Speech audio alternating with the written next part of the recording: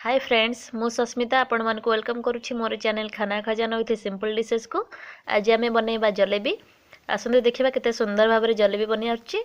आउ एटा को मु अटा मैदा आउ बेसन रे बनैछि गोटे यूनिक स्टाइल रे आउ बहुत जल्दी हे परिबो। आपण माने आसंतु एटा केमती बनुछि देखि नबा।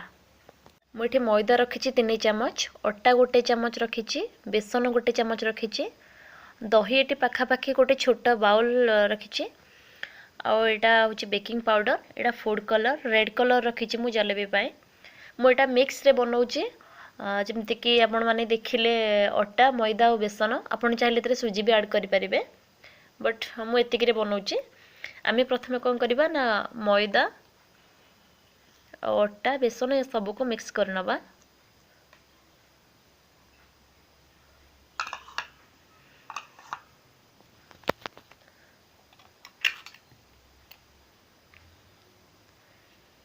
एथरे मो बेकिंग पाउडर देखि पारुथबे 1/4 टीस्पून यूज करली, जस्ट अल्प।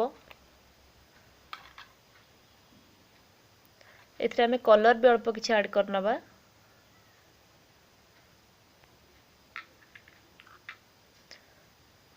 दही,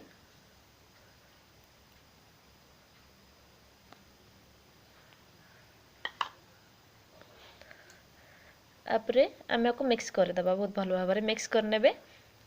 आउ जेति कि परिमाण रे बुंडी पानी दरकार अल्प किछि पानी देके गोटे भलो बैटर बनेबे। ए देखंतु फ्रेंड्स मु एबे बैटर रेडी कर देइछि।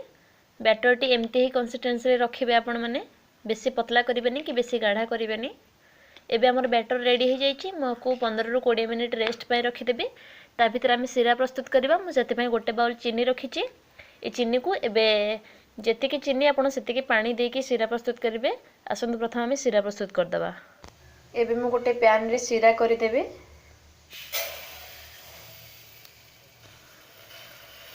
आमे जेति कि चीनी दबा सेति कि पानी मध्ये दबा।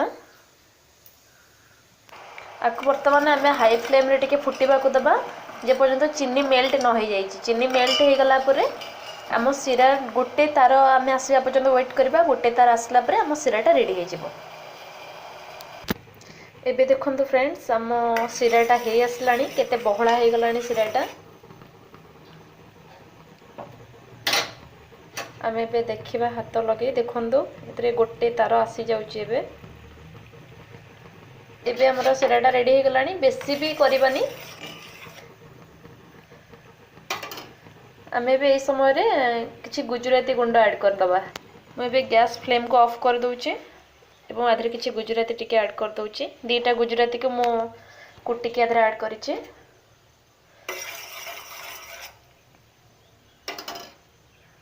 आमे आधरे टिके कलर भी ऐड कर दबा, कारण सिराटा कलर हेले जलेबीटा बढ़िया कलर आसीबो।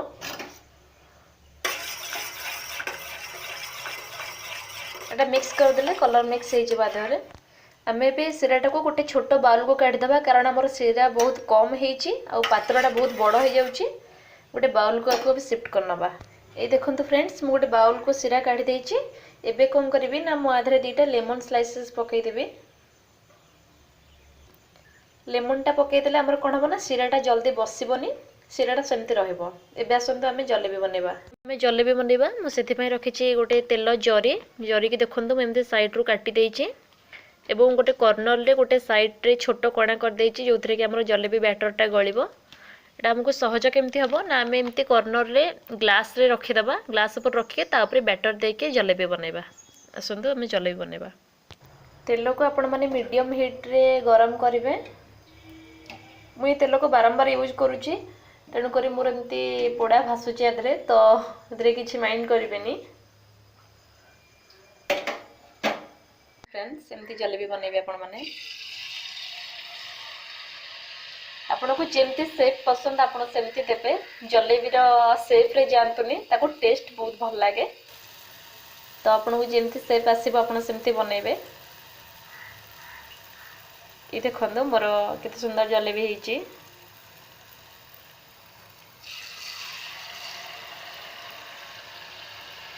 मोर बहुत छोटो कड़े, तो मो कम जलेबी बनाउची आधरे। एथरे मु दुईटा बनैछि, आपण माने चाहिले एमती ही बनेबे। ଆପଣମାନେ ଚାହିଁଲେ ଯଦି ବଡ଼ କଡ଼େଇ ଥିବ ଆପଣ ଅଧିକ ଦେଇକି ତା ଦେହରେ ବନେଇବେ।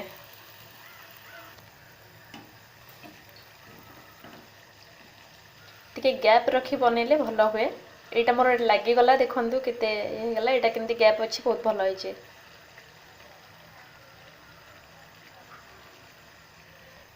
ଏବେ ଆମର ଏଇଟା ହେଇଯାଇଛି। ଆମେ ଏବେ ସାଙ୍ଗେ ସାଙ୍ଗେ କାଢ଼ିକି, ତେଲରୁ କାଢ଼ିବା ମାନେ ଆମେ ସାଙ୍ଗେ ସାଙ୍ଗେ ତାକୁ ଶିରାରେ ପକାଇବା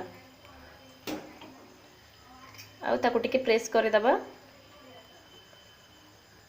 ଏଥିରେ 2-3 ମିନିଟ୍ ପଡ଼ିକି ରହିବାକୁ ଦେବା। ଏବେ ଆମର ଆଉ ଗୋଟେ ଜଲେବି ବି ରେଡ଼ି ହେଇଯାଇଛି। ମୁଁ ସାଙ୍ଗେ ସାଙ୍ଗେ ଶିରାରେ ପକାଇଦେବି।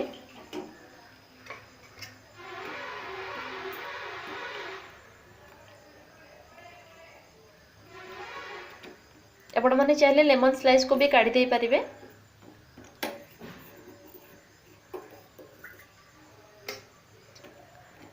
ଦୁଇ ମିନିଟ୍ ହେଇଗଲା ପରେ ମୁଁ ଆକୁ କାଢ଼ିଦେବି। ଏବେ ଦେଖନ୍ତୁ 2 ମିନିଟ୍ ହେଇଗଲାଣି, ଆମର ଜଲେବିଟା ବୁଡ଼ିଲାଣି। ଆମେ ଏବେ ଆକୁ କାଢ଼ିଦେବା।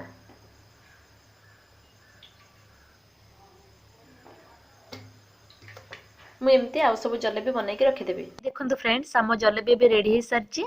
ଆପଣମାନଙ୍କୁ ଯଦି ମୋ ଜଲେବି କରିବା ଷ୍ଟାଇଲ୍ ପସନ୍ଦ ଆସିଥିବ ତାହେଲେ ନିହାତି ମୋ ଭିଡ଼ିଓକୁ ଲାଇକ୍ କରିବେ, ସେୟାର କରିବେ, ଆଣ୍ଡ ମୋ ଚ୍ୟାନେଲକୁ ସବସ୍କ୍ରାଇବ୍ କରିବେ। ରହୁଛି ଫ୍ରେଣ୍ଡସ୍, ବାଏ।